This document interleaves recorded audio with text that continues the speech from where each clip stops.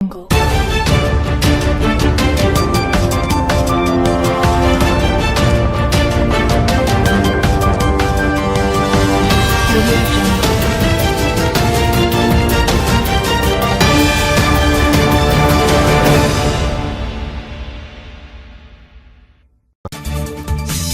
প্রথমেই জানিয়ে দিব এদিকে জাতির উদ্দেশ্যে সরাসরি ভাষণ দিলেন শেখ হাসিনা। একদিনে দুইটা সুসংবাদ পেল আওয়ামী লীগ। একে একে সব মামলা থেকে খালাস পাচ্ছেন শেখ হাসিনা। এবার জানিয়ে দিব জাতীয় সংসদের প্রথম অধিবেশন ব্যর্থ হয়েছে জানালেন নাহিদ ইসলাম। এতক্ষণ শুনছিলেন সংবাদ শিরোনাম, এখন থাকছে বিস্তারিত।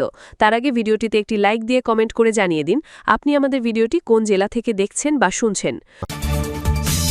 দুপুরে জাতির উদ্দেশ্যে সরাসরি ভাষণ দিয়েছেন শেখ হাসিনা। এই ভাষণ ঘিরে রাজনৈতিক অঙ্গনে নতুন করে আলোচনা তৈরি হয়েছে। একই দিনে পরপর দুটি বিষয় সামনে আসায় আওয়ামী লীগের নেতাকর্মীদের মধ্যে এক ধরনের আশাবাদ দেখা গেছে। বিশেষ করে বিভিন্ন মামলায় অব্যাহতির বিষয়টি তাদের কাছে একটি গুরুত্বপূর্ণ মোড় হিসেবে বিবেচিত হচ্ছে।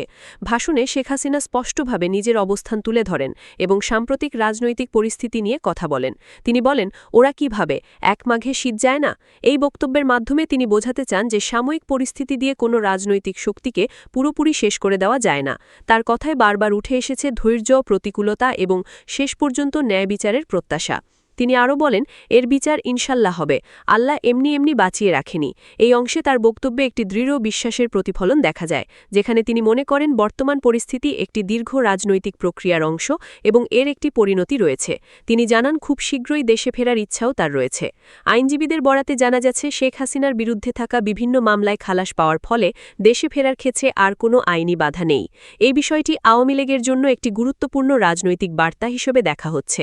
আদালতের রায়ের মাধ্যমে তিনি সব মামলায় দণ্ড ও সাজা থেকে মুক্ত হয়েছেন বলে উল্লেখ করা হয়েছে।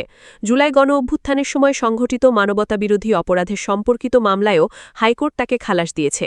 এর ফলে তার বিরুদ্ধে থাকা গুরুতর অভিযোগগুলোর আইনি অবস্থানও পরিবর্তিত হয়েছে। একই সঙ্গে আসিস জামান খানের নামও এই খালাসের তালিকায় এসেছে। একাধিক গণমাধ্যমে প্রকাশিত প্রতিবেদন অনুযায়ী বিভিন্ন মামলায় অব্যাহতির ঘটনাগুলো ধারাবাহিকভাবে সামনে আসছে। পুলিশি প্রতিবেদনের মাধ্যমেও এসব মামলার অনেকগুলোতে অব্যাহতির বিষয়টি নিশ্চিত করা হয়েছে।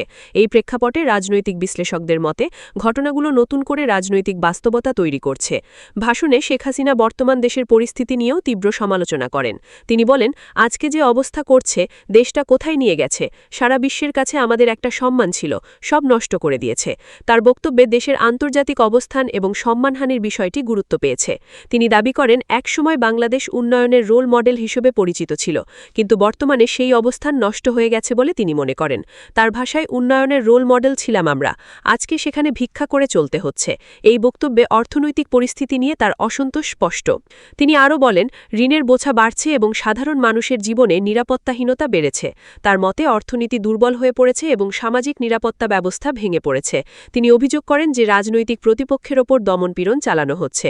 তার বক্তব্যে একটি আবেগঘন অংশ ছিল, যেখানে তিনি সাধারণ মানুষের কষ্টের কথা তুলে ধরেন। তিনি বলেন, শিশু মরে যায়, মা সন্তানহারা কোলে লাশ নিয়ে কাঁদে। এই কথার মাধ্যমে তিনি মানবিক দিকটি তুলে ধরতে চেয়েছেন এবং বর্তমান পরিস্থিতিকে বর্বরতা হিসেবে উল্লেখ করেছেন। শেখ হাসিনা আরও অভিযোগ করেন যে তার দলের নেতাকর্মী, ছাত্রলীগের সদস্য এবং সহযোগী সংগঠনের লোকজনের ওপর নির্যাতন চালানো হচ্ছে। তার ভাষায় এটি একটি সুসংগঠিত দমননীতি যা রাজনৈতিক উদ্দেশ্যে পরিচালিত হচ্ছে। তার বক্তব্যের আরেকটি গুরুত্বপূর্ণ অংশ ছিল ভবিষ্যৎ নিয়ে আশাবাদ। তিনি মনে করেন মিথ্যা মামলাগুলো একসময় ভেঙে পড়বে এবং সত্য প্রতিষ্ঠিত হবে।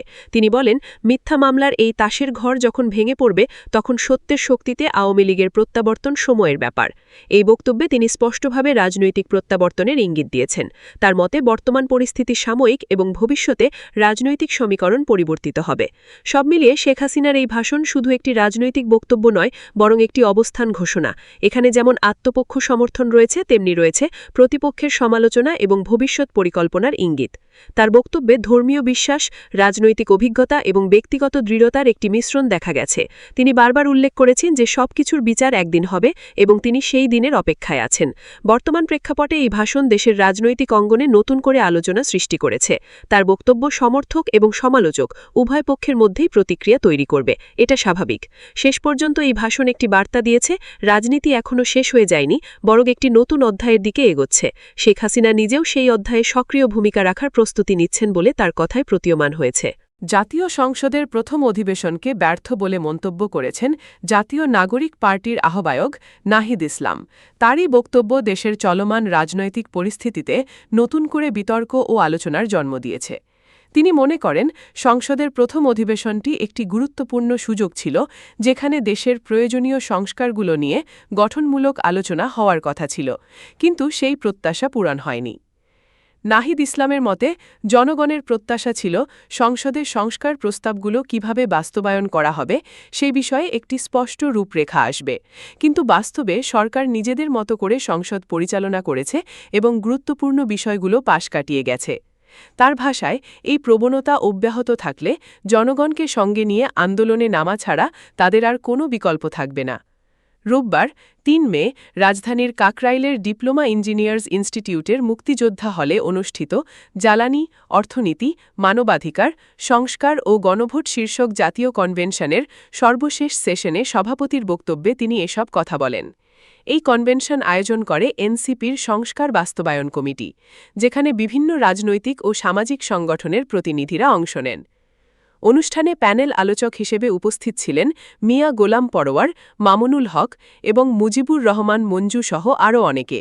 সেশনটি সঞ্চালনা করেন এনসিপির সিনিয়র যুগ্ম আহ্বায়ক আরিফুল ইসলাম আদিব। নাহিদ ইসলাম তার বক্তব্যে বাংলাদেশের দীর্ঘ রাজনৈতিক ইতিহাস তুলে ধরেন। তিনি বলেন, স্বাধীনতার পর থেকেই দেশে প্রকৃত গণতন্ত্র প্রতিষ্ঠার সংগ্রাম চলছে। তার মতে, মুক্তিযুদ্ধের পর গণতন্ত্র প্রতিষ্ঠার যে প্রত্যাশা ছিল তা পূরণ হয়নি। তিনি অভিযোগ করেন যে শেখ মুজিবুর রহমান বাকশাল প্রতিষ্ঠার মাধ্যমে সেই গণতান্ত্রিক ধারাকে বাধাগ্রস্ত করেছিলেন। তিনি বিএনপির সমালোচনা করে বলেন, তারা বহুদলীয় গণতন্ত্রের কথা বললেও বাস্তবে নির্বাচনের পর জনগণের প্রত্যাশা পূরণে ব্যর্থ হয়েছে। তার মতে, এ ধরনের রাজনৈতিক আচরণ জনগণের সঙ্গে এক ধরনের প্রতারণার শামিল।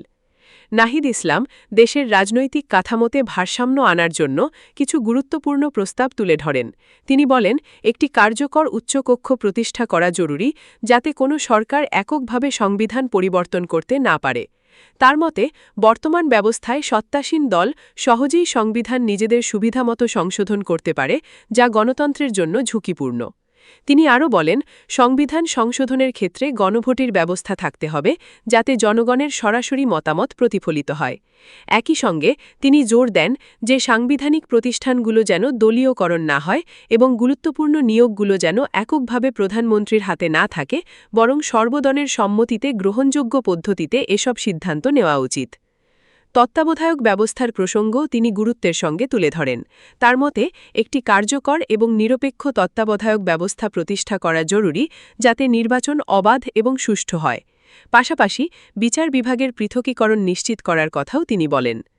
নাহিদ ইসলাম স্পষ্ট করেন যে এসব ব্যবস্থা বাস্তবায়ন করলেই সঙ্গে সঙ্গে একটি পূর্ণাঙ্গ গণতান্ত্রিক রাষ্ট্র প্রতিষ্ঠা সম্ভব নয়, তবে এগুলো একটি শক্ত ভিত্তি তৈরি করবে, যার ওপর দাঁড়িয়ে ধাপে ধাপে গণতন্ত্রকে সুসংহত করা যাবে। তিনি সাংবিধানিক সংস্কারের বিষয়েও গুরুত্বপূর্ণ মন্তব্য করেন। তার মতে, শুধুমাত্র সংশোধনের মাধ্যমে সংবিধান টেকসই হবে না। যদি মূলনীতি পরিবর্তন করা হয়, তাহলে তা ভবিষ্যতে আবার বাতিল হওয়ার ঝুঁকি থাকে। তিনি উল্লেখ করেন, জিয়াউর রহমান অতীতে এ ধরনের একটি ভুল করেছিলেন, যার প্রভাব এখনও বিদ্যমান। তিনি আরও বলেন, ৭২-এর সংবিধানের ধারাবাহিকতার কথা বলে একটি নির্দিষ্ট রাজনৈতিক আদর্শকে পুনরায় প্রতিষ্ঠার সুযোগ তৈরি করা হচ্ছে, যা দেশের রাজনৈতিক ভারসাম্যের জন্য প্রশ্নবিদ্ধ হতে পারে। নোট অফ ডিসেন্ট প্রসঙ্গে নাহিদ ইসলাম বলেন, সংসদে বিভিন্ন সিদ্ধান্তে অনেকের ভিন্নমত থাকলেও শেষ পর্যন্ত সংখ্যাগরিষ্ঠতার ভিত্তিতে সিদ্ধান্ত গৃহীত হয়। এই ভিন্নমতগুলো নথিভুক্ত হলেও কার্যত তা সিদ্ধান্ত পরিবর্তনে কোনো প্রভাব ফেলে না, তবে ভবিষ্যতের জন্য এগুলো একটি গুরুত্বপূর্ণ ঐতিহাসিক দলিল হিসেবে থেকে যায়। তিনি বলেন, জুলাই সনদ স্বাক্ষরের দিন প্রতিটি বিষয়ে আলাদা করে নোট যোগ করা হয়েছে, কিন্তু যদি সত্তাসীন দল তাদের ইশতেহার অনুযায়ী সনদ বাস্তবায়ন করে, তাহলে সেই সনদের কার্যকারিতা প্রশ্নবিদ্ধ হয়ে পড়ে। এই কারণেই গণভোটের বিষয়টি সামনে এসেছে বলে তিনি উল্লেখ করেন। নাহিদ ইসলাম আরও বলেন, জুলাই ঘোষণাপত্র সংবিধানে অন্তর্ভুক্ত করার প্রতিশ্রুতি দেওয়া হয়েছে, কিন্তু এ বিষয়ে এখনও কার্যকর কোনো অগ্রগতি দেখা যাচ্ছে না। তার মতে, গণতান্ত্রিক রাষ্ট্র নির্মাণের এই দীর্ঘ লড়াই বারবার বাধাগ্রস্ত হচ্ছে। শেষে তিনি বলেন, তারা রাজপথের আন্দোলন চান না, কিন্তু যদি গণতান্ত্রিক প্রক্রিয়া বাধাগ্রস্ত হয়, তাহলে জনগণকে সঙ্গে নিয়ে আন্দোলনে নামা ছাড়া আর কোনো পথ খোলা থাকবে না। তার বক্তব্যে স্পষ্ট যে রাজনৈতিক সমাধান না এলে আন্দোলনের সম্ভাবনা ক্রমেই জোরালো হয়ে উঠবে।